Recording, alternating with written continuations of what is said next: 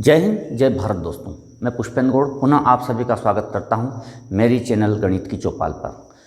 दोस्तों, इसके पहले हम कक्षा 9वीं में विज्ञान विषय में जो अध्याय 4 चल रहा था परमाणु की संरचना, उसमें हमने थॉम्सन मॉडल और रदरफोर्ड का नाभिकीय मॉडल की सहायता से परमाणु की संरचना को समझा था और इलेक्ट्रॉन और प्रोटॉन की जो स्थिति है एक परमाणु के अंदर वो किस तरह से होती है उसको समझा था। उसके बाद हमने रदरफोर्ड के मॉडल की जो कमियां थी वो बोर के मॉडल को समझ करके उसको दूर किया था। आज दोस्तों हमारा जो पहला विषय वस्तु है वो न्यूट्रॉन है। तो 1932 में जे चैडविक ने एक नए अवपरमाणु की खोज की जो अनावेशित था और द्रव्यमान के मामले में वो लगभग प्रोटॉन के बराबर था, इसलिए इसको नया नाम दिया गया न्यूट्रॉन।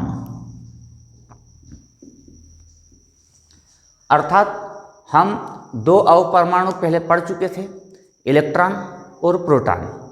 इसके बाद 1932 में चैडविक ने एक नया अवपरमाणु खोज लिया जिसको नाम दिया गया न्यूट्रॉन। हाइड्रोजन में कोई न्यूट्रॉन नहीं होता। हाइड्रोजन को छोड़कर बाकी जितने भी तत्व होते हैं उन सभी के नाभिक में न्यूट्रॉन पाया जाता है। अर्थात न्यूट्रॉन भी नाभिक में रहता है और प्रोटॉन भी नाभिक में रहता है। इस प्रकार से एक नई बात सामने आई कि नाभिक जो है किसी परमाणु का वो न्यूट्रॉन और प्रोटॉन से मिलकर के बना होता है। दूसरी बात ये भी सामने आई कि अभी तक ये था कि जो समस्त द्रव्यमान नाभिक का था ये तो पता था, लेकिन ये समझा जाता था कि प्रोटॉन से पूरा द्रव्यमान बनता है, लेकिन नहीं, न्यूट्रॉन का द्रव्यमान भी लगभग प्रोटॉन के बराबर माना गया। इसलिए अब किसी भी परमाणु का जो द्रव्यमान है वो न्यूट्रॉन और प्रोटॉन के द्रव्यमान के योग के बराबर माना गया।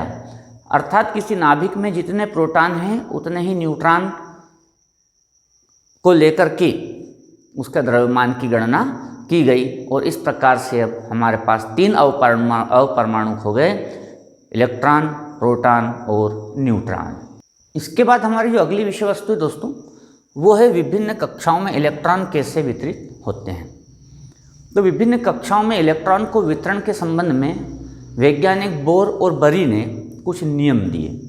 इन नियमों के आधार पर इलेक्ट्रॉनों का वितरण नाभिक के चारों ओर कुछ स्थायी कक्षाओं में होता है। तो जो बोर का नियम था उन्होंने ये तो नाभिक बताया था एक परमाणु में, और उसके बाद ये बताई थी कि पहली कक्षा, ये दूसरी कक्षा n बराबर 1, ये n बराबर 2, इस प्रकार से तीसरी कक्षा n बराबर 3, इस प्रकार से चौथी कक्षा n बराबर 4। तो उन्होंने कहा था कि इन कक्षाओं में इनको नाम भी दिया गया था K, L, M, N। तो बोर और बरी ने यह कहा पहले नियम में अपने कि इलेक्ट्रॉन के चारों ओर जो परमाणु के नाभिक के चारों ओर जो कक्षाएं होती हैं उसमें इलेक्ट्रॉन का जो वितरण है वो 2n की घात 2 के अनुसार होगा। तो यहाँ पर n क्या है, तो n नाभिक के पास के क्रम से शुरुआत करने वाली कक्षाएं या कोश हैं। तो जैसे कि ये पहला कोश है, पहला कोश को उसने n बराबर 1 कहा। तो n बराबर 1 का मतलब है कि 2 गुणित n की जगह 1 रखा तो 2, अर्थात पहले कक्षा में 2 इलेक्ट्रॉन आएंगे। ये अधिकतम संख्या है, इससे ज़्यादा नहीं आ सकते, ये अधिकतम उसकी क्षमता है। इसके बाद दूसरी कक्षा की बात करें तो दूसरी कक्षा में अर्थात n बराबर 2, n बराबर 2 का मतलब हो गया n की जगह पर 2 रखा तो 2 दूना 4, 4 दूना 8, अर्थात दूसरी कक्षा में अधिकतम 8 इलेक्ट्रॉन आ सकते हैं। तो यहाँ पे अधिकतम 8 इलेक्ट्रॉन, इससे अधिक नहीं आ सकते। तीसरी कक्षा के बारे में कहा गया कि अगर हम यहाँ पर n की जगह पर 3 रख दें तो ये हो जाएगा 18। इस प्रकार इस कक्षा में 18 इलेक्ट्रॉन अधिकतम आ सकते हैं। इस प्रकार चौथी कक्षा की बात करें तो यहाँ पर अधिकतम तीसरी कक्षा में 18 इलेक्ट्रॉन अधिकतम आ सकते हैं। इससे कम भी रहेंगे, ऐसा नहीं कि 18 पूरे होना जरूरी है, ये अधिकतम संख्या है। इसकी चौथी कक्षा की बात करें तो यहाँ पर हम n की जगह पर 4 रख देते हैं, तो 4 की घात 2 अर्थात 4 की घात 2 मतलब 16 गुणे 2 32। तो इस चौथी कोश में अधिकतम 32 इलेक्ट्रॉन की इसकी क्षमता है।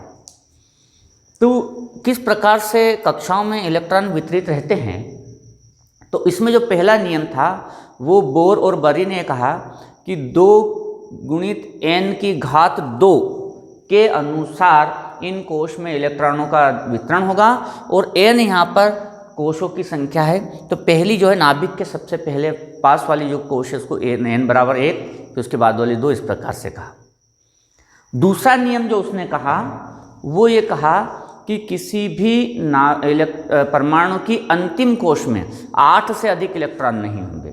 अब जैसे इसकी क्षमता तो 32 है, मान लो कि अंतिम कक्षा बनती है किसी परमाणु की, तो क्षमता चाहे 32 हो लेकिन उसमें 8 से ज़्यादा इलेक्ट्रॉन नहीं होंगे अंतिम कोश में।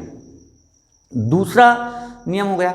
तीसरा नियम में उसने कहा कि जब तक पहले वाला कोश पूर्ण रूप से नहीं भरा जाता तब तक अगले कोश में इलेक्ट्रॉन का वितरण नहीं होगा, अर्थात क्रम से एक एक कोश को पूरा भरना होगा और उसके बाद अगले कोश में इलेक्ट्रॉनों की वितरण होगा। इस इलेक्ट्रॉनों के वितरण को ही उन्होंने इलेक्ट्रॉनिक विन्यास कहा। अब इसको हम उदाहरण की सहायता से समझते हैं कि इलेक्ट्रॉनिक विन्यास और कोशों का वितरण किस प्रकार से होगा। जैसे कि हम मान लें कि सोडियम, इसका परमाणु क्रमांक है 11। अब ये सोडियम का नाभिक हो गया, तो पहले कोश में 2 इलेक्ट्रॉनों का वितरण सुनिश्चित होगा, क्योंकि पहले कोश की जो क्षमता है वो 2 है। जो अगला कोश है उसकी क्षमता है 8 इलेक्ट्रॉन की। तो क्या हमारे पास 8 इलेक्ट्रॉन है?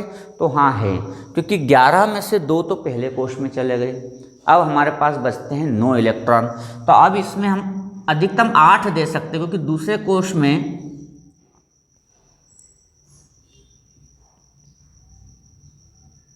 1 2 3 4 5 6 7 और 8 इलेक्ट्रॉन। अब दूसरा कोश की अधिकतम क्षमता 8 की थी, तो हमने उसमें 8 इलेक्ट्रॉन का वितरण सुनिश्चित कर दिया।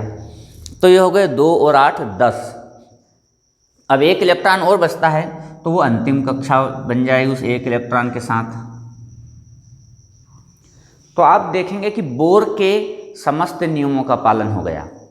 पहला नियम यह था कि 2 गुणित n की घात 2 के अनुसार वितरण होगा, तो 2 गुणित n की घात 2 के अनुसार वितरण हो गया।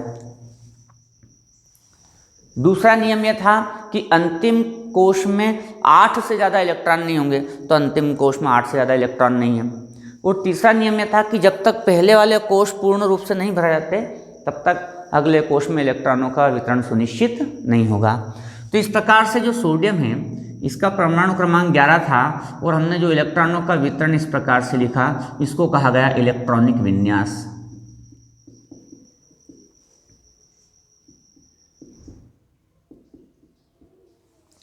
परीक्षा में इस पर क्वेश्चन आता है। अब दोस्तों जैसे कि मान लो क्लोरीन, ये क्लोरीन है। क्लोरीन का इलेक्ट्रॉनिक विन्यास हम यहाँ से आसानी से समझ सकते हैं। क्लोरीन का परमाणु क्रमांक है 17। तो अब इलेक्ट्रॉनों का वितरण किस प्रकार से सुनिश्चित होगा? तो ये तो हो गया आपका नाभिक। जो पहली कक्षा है नाभिक की, इसमें 2 इलेक्ट्रॉन आएंगे इस प्रकार से, तो 2 इलेक्ट्रॉन का वितरण सुनिश्चित हो गया। अब अगली कक्षा में अधिकतम 8 इलेक्ट्रॉन आ सकते हैं, तो क्या हमारे पास है? हाँ, 15 इलेक्ट्रॉन बचेंगे, तो हम 8 का वितरण दूसरी कक्षा में कर सकते हैं। 2 3 4 5 6 7 और 8। तो हमारे 8 इलेक्ट्रॉनों का वितरण दूसरे कोश में हो गया, तो टोटल हो गए 10। अब हमारे पास 7 इलेक्ट्रॉन और बचते हैं, तो तीसरी कक्षा की अधिकतम क्षमता 18 की है, तो अधिकतम 18 आ सकते हैं, इसमें 7 तो आ ही सकते हैं। तो 1 2 3 4 5 6 और 7, तो ये 7 इलेक्ट्रॉन का वितरण सुनिश्चित हो जाता है। तो दोस्तों इस प्रकार से यहाँ पर हम इलेक्ट्रॉनों का वितरण सुनिश्चित करते हैं और इसी को हम बोलते हैं इलेक्ट्रॉनिक विन्यास। तो बहुत आसानी से आप परमाणु क्रमांक यदि आपको पता है तो आप इन कक्षकों में इलेक्ट्रॉनों का विन्यास सुनिश्चित कर सकते हैं। तो दोस्तों आज जो हमने न्यूट्रॉन को पढ़ा, किस प्रकार से इलेक्ट्रॉनों का वितरण सुनिश्चित होता है उसको पढ़ा। अब इन इलेक्ट्रॉनों के वितरण के आधार पर ही बहुत सारी चीज़ें स्थापित होती हैं, जिसको हम अगले वीडियो में समझेंगे। तब तक के लिए मैं आपसे विदा चाहता हूँ। जय हिंद, जय भारत।